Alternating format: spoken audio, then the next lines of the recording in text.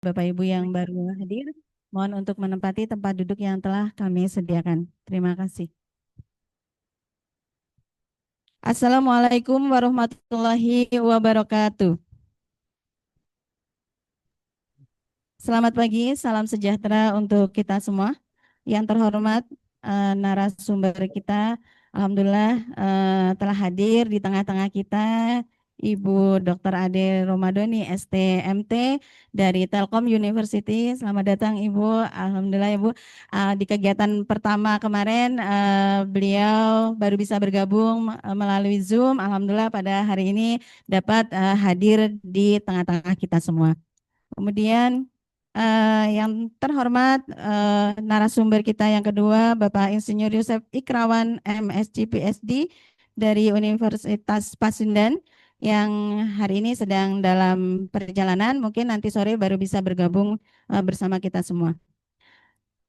Yang kami hormati para pimpinan badan penyelenggara atau yang mewakili dari 9 perguruan tinggi, para pimpinan perguruan tinggi, Rektor Universitas Salaka Negara atau yang mewakili, Rektor Universitas Insan Satya atau yang mewakili, Rektor Universitas Yupentek Indonesia atau yang mewakili, Rektor Universitas Utpadaka Swastika atau yang mewakili, Rektor Universitas Bakti Asih Tangerang atau yang mewakili, Ketua STBA Teknokrat Tangerang atau yang mewakili, Ketua Setikip Sinar Cendikia atau yang mewakili, Ketua Setimik PGRI Tangerang atau yang mewakili. Ketua Panitia Penyelenggara, para Wakil Rektor dan para Kepala Penjaminan Mutu Kelompok 9, serta hadirin sekalian yang berbahagia, baik yang bergabung di layar Zoom maupun yang hadir di ruang meeting pada hari ini. Puji syukur kami panjatkan kehadiran Allah Subhanahu wa Ta'ala, Tuhan yang Maha Esa, yang atas izin dan ridhonya kita dapat dipertemukan kembali di kegiatan kedua dengan tema workshop pendampingan teknis penyusunan pemuktahiran perangkat SPMI, program bantuan pembinaan sistem penjaminan mutu internal di perguruan tinggi yang diselenggarakan oleh Direktorat Kelembagaan dan Kemahasiswaan Kementerian Pendidikan Tinggi, Sains dan Teknologi dengan Perguruan Tinggi Koordinator Universitas Salaka Negara. Yang insya Allah kegiatan ini akan berlangsung selama 3 hari ke depan, yaitu dari hari ini tanggal 9 sampai dengan 11 September 2025. Semoga kegiatan ini dapat berjalan dengan baik, dengan lancar, para peserta sehat, narasumber juga sehat ya, sehingga output dari kegiatan yang kita harapkan bisa tercapai. Hadirin yang kami hormati, izinkan saya untuk memandu acara pembukaan di kegiatan kedua ini dengan susunan acara sebagai berikut. Yang pertama pembukaan, yang kedua menyanyikan lagu kebangsaan Indonesia Raya, yang ketiga penandatanganan IA, yang keempat doa atau penutup, selanjutnya pemaparan materi. Hadirin sekalian, marilah kita membuka acara ini dengan mengucapkan lafal basmalah bersama-sama. Bismillahirrahmanirrahim. Untuk mewujudkan rasa nasionalisme dan cinta kita kepada tanah air, hadirin dimohon berdiri.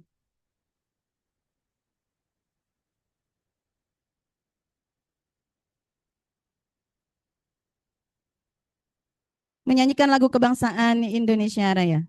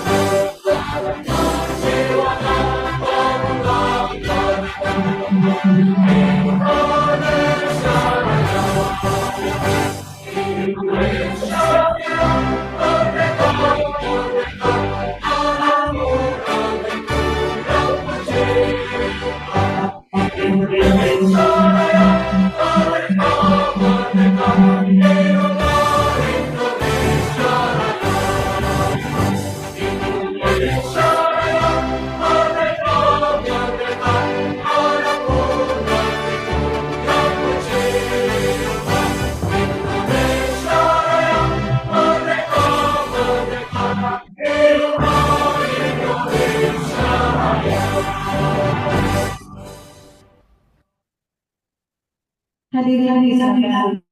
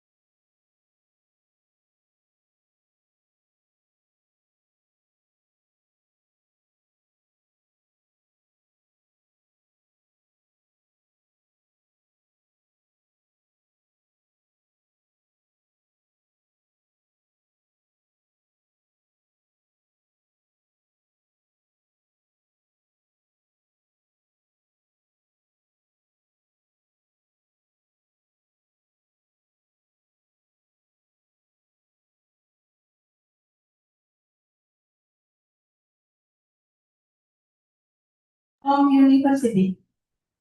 Kami persilakan.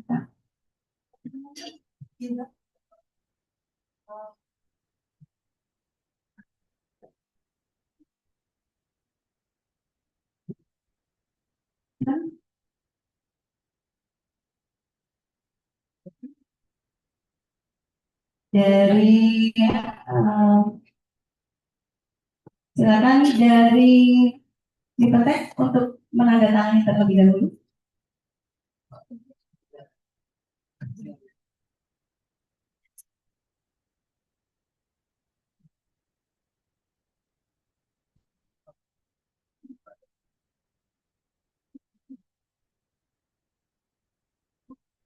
Oke, untuk selanjutnya bersiap Universitas Utpadaka. Ya, foto bersama.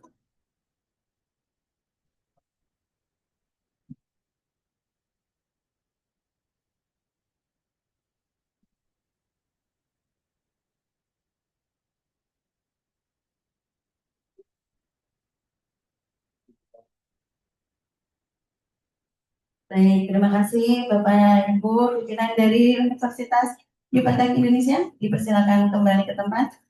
Selanjutnya pimpinan Universitas Utpadaka Swastika. Kami persilakan.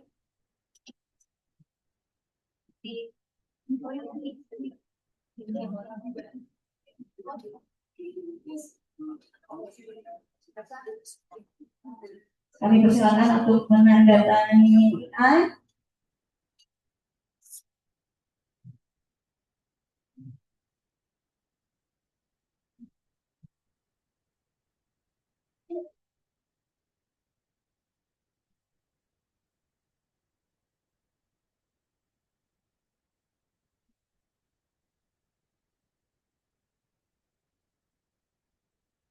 Dilanjutkan foto bersama.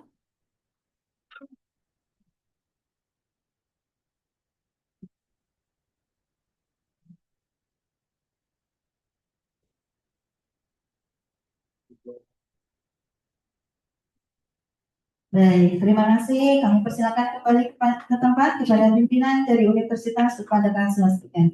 Selanjutnya kami undang untuk maju ke depan dari Universitas Bakti Asih Tangerang. Kami persilakan dari Universitas Bakti Asih Tangerang.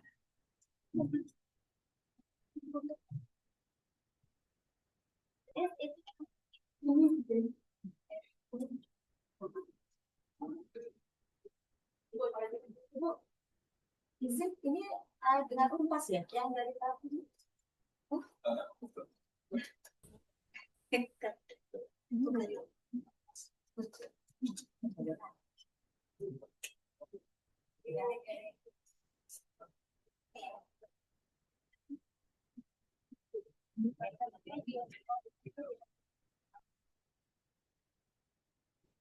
Ya, kita next dulu ya, Bu Ade. Kemudian dari Universitas Muhammadiyah Air Fahrudin, Unima, kami persilakan.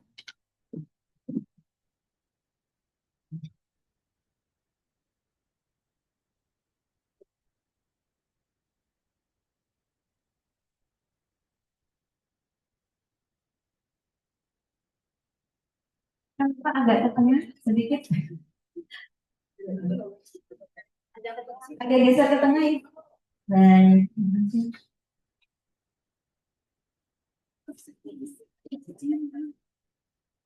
Ya, silakan untuk menandatangani dari pimpinan Universitas Muhammadiyah Air Fahrudin.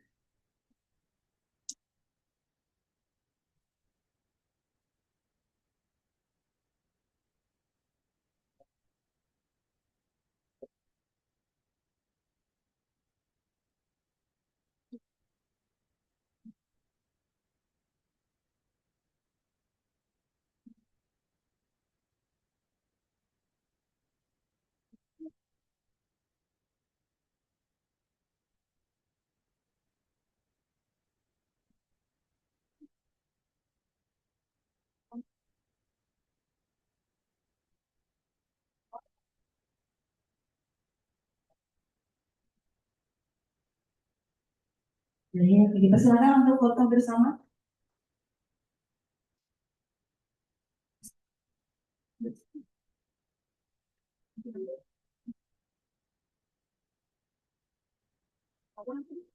Ya, terima kasih. Kami persilakan untuk kembali ke tempat kepada Bapak Ibu pimpinan dari Universitas Muhammadiyah Airport.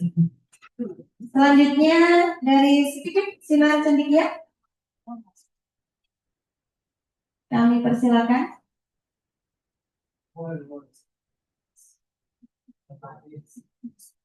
Sekali lagi kami persilakan dari sedikit Sinar Cendikia.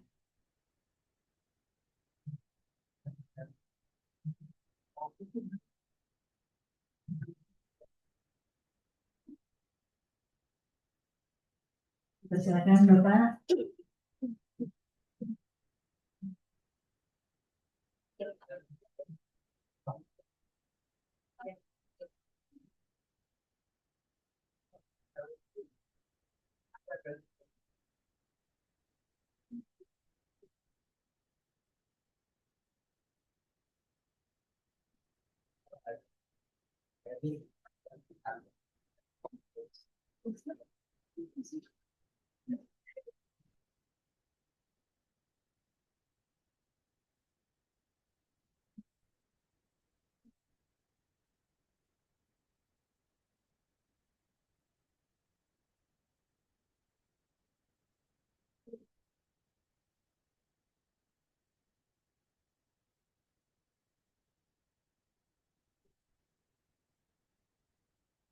Baik, dipersilakan foto bersama.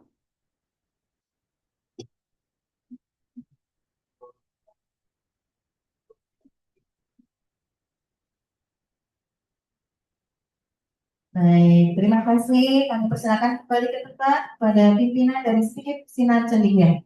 Selanjutnya dari Universitas Bakti Asih, kami persilakan.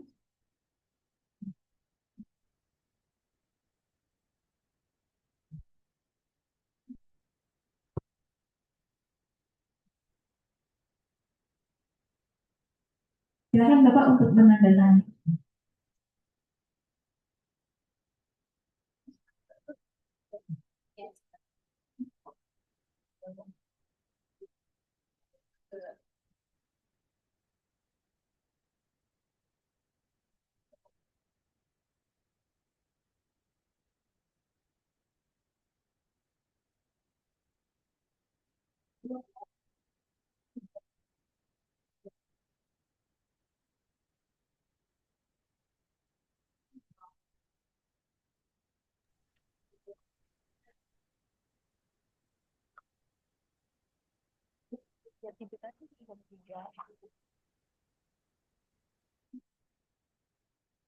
Baik, dipersilakan foto bersama.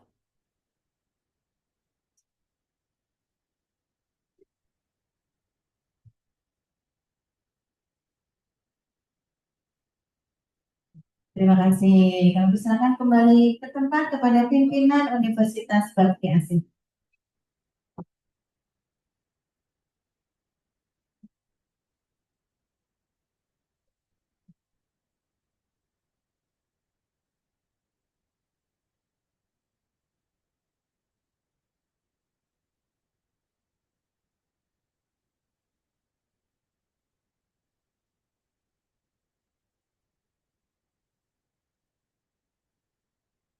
Baik, Bapak Ibu hadirin sekalian, bagi perguruan tinggi yang belum melakukan atau belum berkesempatan di saat ini untuk melakukan penandatanganan, Bu Adi masih stay sampai nanti malam ya, Ibu. Ya, insya Allah ya. Baik, Bapak Ibu sekalian, demikianlah acara pembukaan untuk kegiatan kita kedua pada hari ini. Acara selanjutnya adalah penutup. Selanjutnya nanti dilanjutkan oleh sesi paparan materi dan presentasi dari 9 PTS tentang dokumen perangkat SPNI. Sebelum kegiatan itu, mari kita tutup acara pembukaan ini dengan mengucapkan lafal hamdalah bersama-sama. Alhamdulillah. Baik, Bapak Ibu, saya selaku pemandu acara mohon maaf apabila ada kekeliruan baik kata maupun perbuatan. Saya akhiri. Wassalamualaikum warahmatullahi wabarakatuh.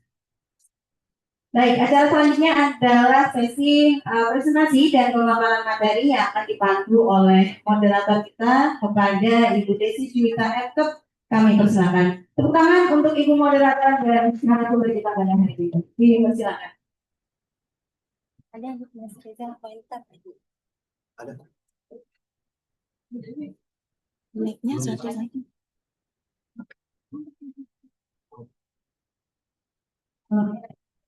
Assalamualaikum warahmatullahi wabarakatuh. Selamat datang Ibu, selamat bergabung di acara kami. Ini kegiatan yang kedua ya Bu. Baik. Sebelum saya mulai acara, izinkan saya untuk memberikan mungkin sedikit profil singkat mengenai Ibu Ade. Nama Dr. Ade Romadoni SPMT.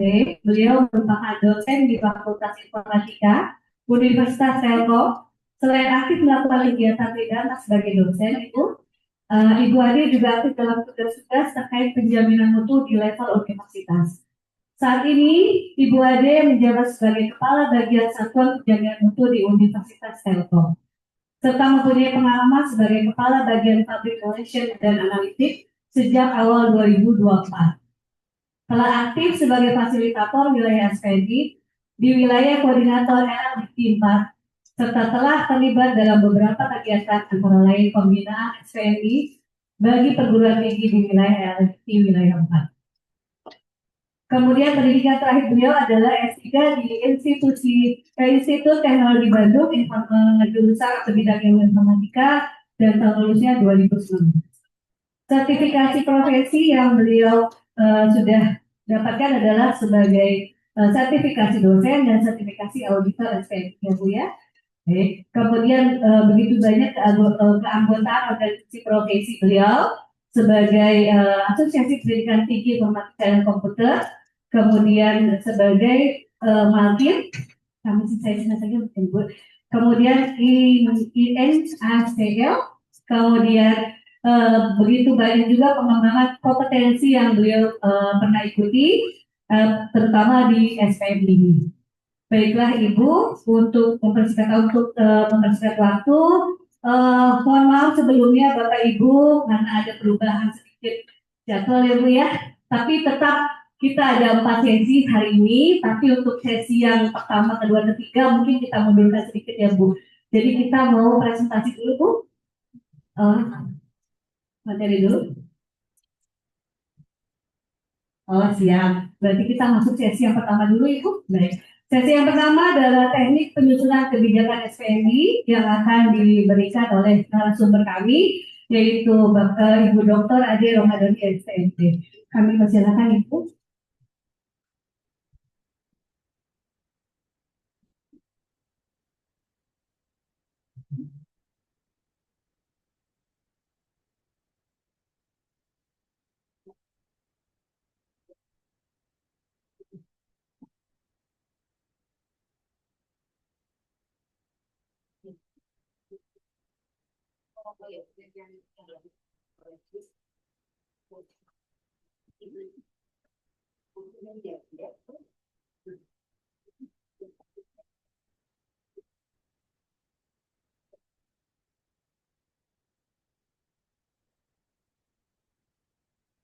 Bapak Ibu mohon izin mungkin saya ke bawah aja ya gitu supaya nggak seperti kelas mahasiswa gitu ya, kita sama-sama belajar gitu Bapak Ibu ya.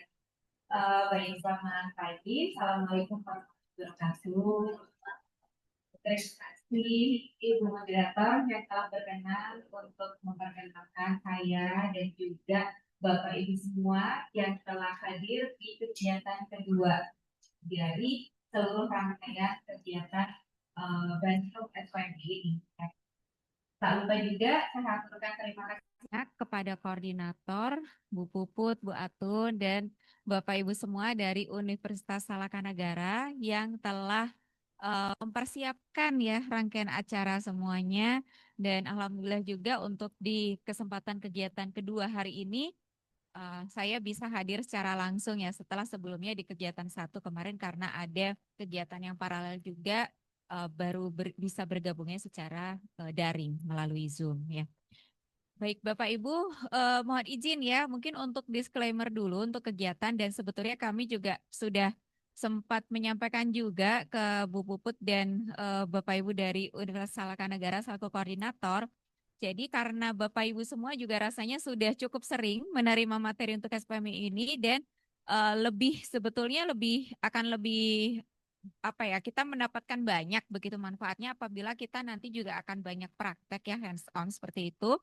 Sehingga untuk di sesi yang 1 dan 2 ini kan topiknya tentang kebijakan ya, penyusunan kebijakan serta pedoman ya, pedoman pelaksanaan PPPP. Nah, saya percaya semua perguruan tinggi yang di kelompok 9 ini sebetulnya sudah mempunyai dokumen yang existing ya, Bapak Ibu ya. Begitu, karena di awal juga sudah kita periksa statusnya untuk yang SPMI-nya itu sudah tidak ada yang kuning apalagi merah begitu ya. Sehingga di sesi ini mungkin nanti kita akan review sedikit saja berdasarkan pedoman SPMI ya yang sudah diterbitkan dan nanti kita akan melihat dokumen yang sudah dipunya oleh masing-masing PT seperti apa. Lalu nanti siang lanjut untuk apabila ada apa ya, mungkin masukan-masukan seperti itu ya dari saya. Mangga untuk yang sesi nanti siang kita akan workshop bersama juga ya untuk melengkapi jika ada keterangan-keterangan atau informasi yang masih perlu dilengkapi pada dokumen Bapak Ibu semua. Sesi terakhir nanti adalah presentasi setelah dilakukan perbaikan atau revisi jika diperlukan ya. Jadi tadi saya sampaikan ke Bu dan kemarin ya, ini gelombang ya, 2. untuk di pagi ini juga akan ada presentasi tapi existing ya. Jadi existing seperti apa sih yang sudah dipunya oleh masing-masing perguruan tinggi ya. Baik, izin Bapak Ibu, ini langsung saya ini aja. Next.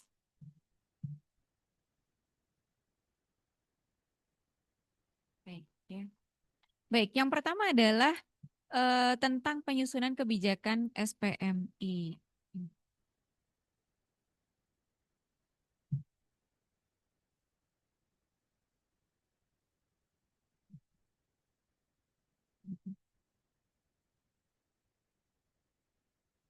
Ini, oh, bentar. Idenya kemana ya? Enggak, arahkannya saya pointernya ke sini. Oh, ke komputer. Oke. Heeh, enggak jalan. Tolong di nextkan aja, Mas. Tolong di nextkan aja ya. Maaf. Aduh, kepotong ya, mohon maaf. Baik, nah di minggu lalu kebetulan kita juga baru menerima informasi ya Bapak Ibu ya telah terbitnya Permen 39 tahun 2025 dan ini juga di minggu lalu juga sudah dilaksanakan pertemuan awal ya dengan fasilitator wilayah Aldikti 4 di mana kita untuk sebetulnya untuk periode sekarang karena baru keluar ya Permen 39 2025 dan juga belum dilaksanakan juga sosialisasinya, maka untuk sesi verifikasi SPMI para perguruan tinggi yang ada di wilayah LDikti 4 ini masih menggunakan yang acuan sebelumnya. Di mana masih terdapat dua juga kemungkinan ya Bapak Ibu ya. Mungkin ada beberapa perguruan tinggi yang sudah mengimplementasikan berdasarkan Permen 53. Ada juga yang masih yang sebelumnya. Nah, itu sebetulnya juga masih dimungkinkan seperti itu ya Bapak Ibu ya. Nah, akan tetapi ini saya paparkan dulu di awal untuk memperlihatkan perbedaan antara yang di tahun 2023 dengan Permen 39 tahun 2025. Sebetulnya yang kita bahas sekarang materinya itu disebutkan secara eksplisitnya adalah pada Permen 53 tahun 2023. Mungkin Bapak Ibu juga sudah hafal ya, di mana disebutkan pada pasal 69 bahwa perangkat SPMI itu terdiri atas yang pertama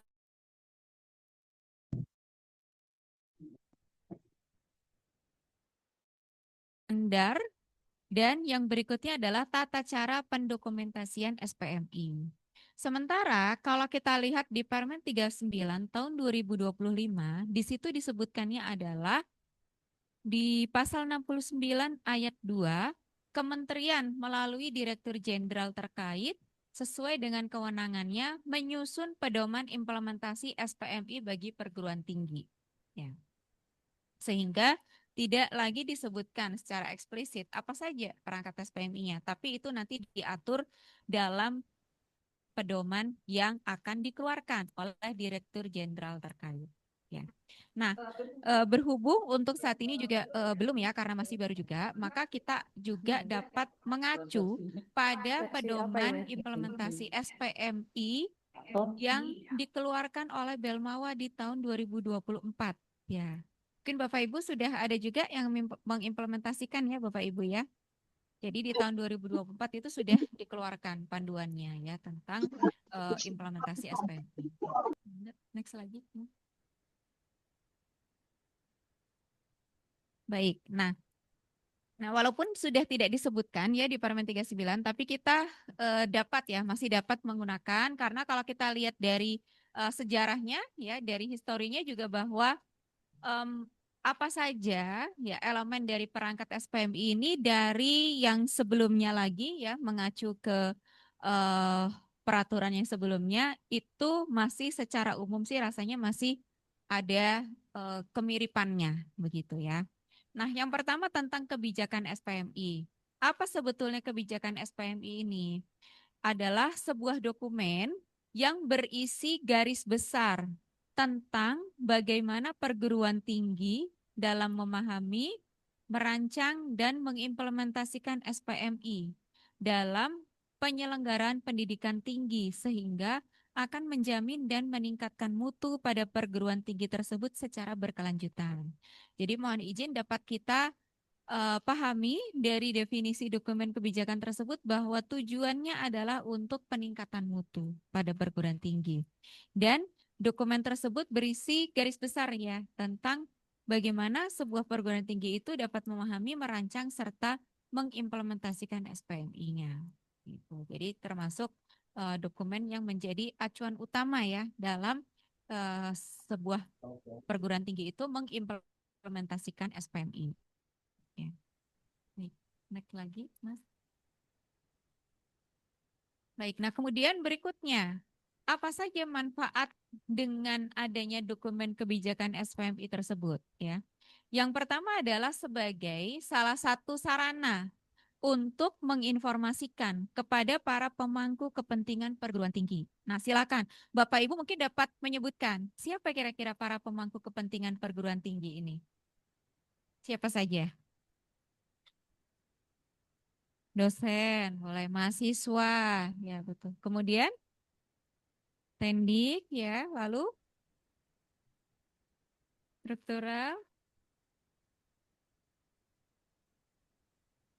kemudian ada yang dari eksternal nggak Bapak Ibu, pemangku kepentingan?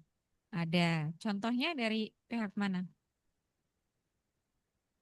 Ya, betul dari contohnya. Siapa saja misalnya? Pengguna lulusan, ya, boleh Bapak Ibu, ya. Industri, ya. Nah, mungkin Bapak Ibu juga dapat dari tadi dari ini ya manfaatnya ya untuk stakeholder. Mungkin kalau untuk yang stakeholder internal ya pemangku kepentingan internal itu katakanlah. Kalau untuk pemangku kepentingan eksternal, nah nanti kita lihat dari tujuannya tadi ya kan untuk peningkatan mutu ya peningkatan mutu perguruan tinggi.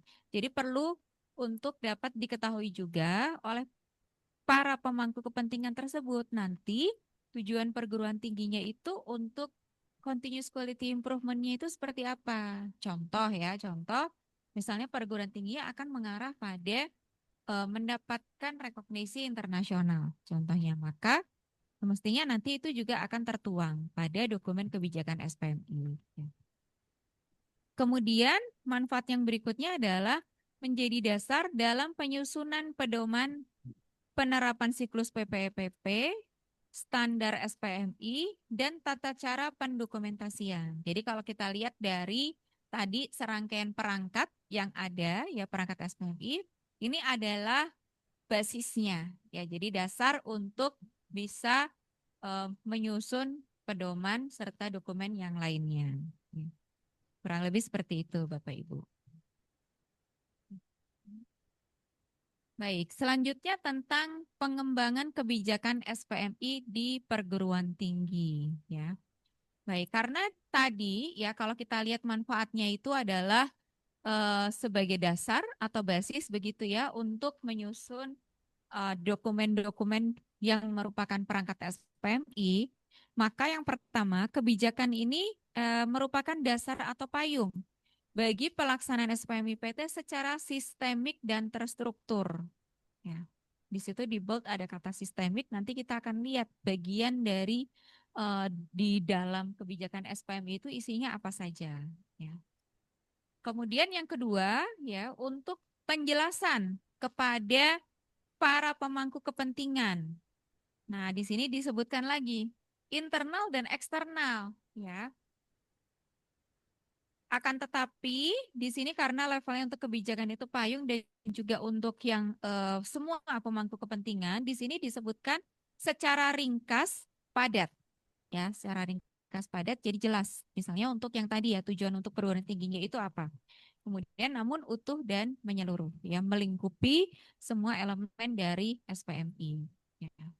Nah, selanjutnya dari sisi pengembangannya ini dapat juga ya, dapat juga dikembangkan. Misalnya ada kebijakan penelitian, ada kebijakan pengabdian, ada kebijakan keuangan, ada kebijakan sarpras sesuai dengan kebutuhan institusi, ya.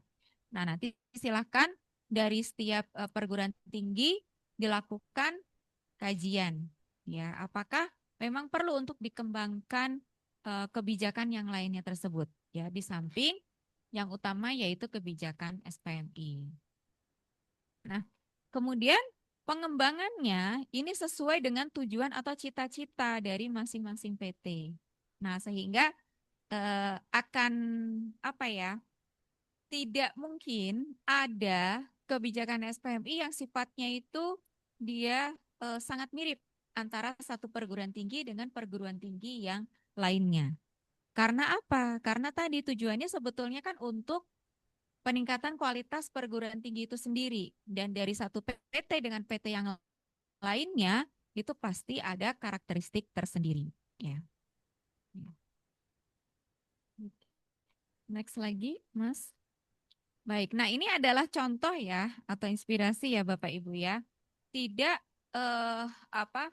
Saya tidak saklek begitu ya, tidak saklek misalnya semua poinnya harus bunyinya seperti ini ya. Tapi ini adalah sebagai salah satu contoh ya bagian apa saja yang perlu dicantumkan dalam dokumen kebijakan SPMI ya. Didahului dengan visi misi tujuan perguruan tinggi. Kira-kira kenapa Bapak Ibu? Sebagai bagian awal itu perlu disampaikan terlebih dahulu visi misi tujuan perguruan tinggi.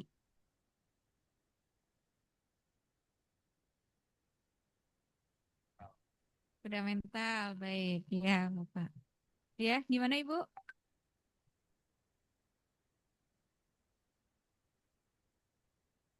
Arah perkembangan PT ya Bu ya, betul. Ya.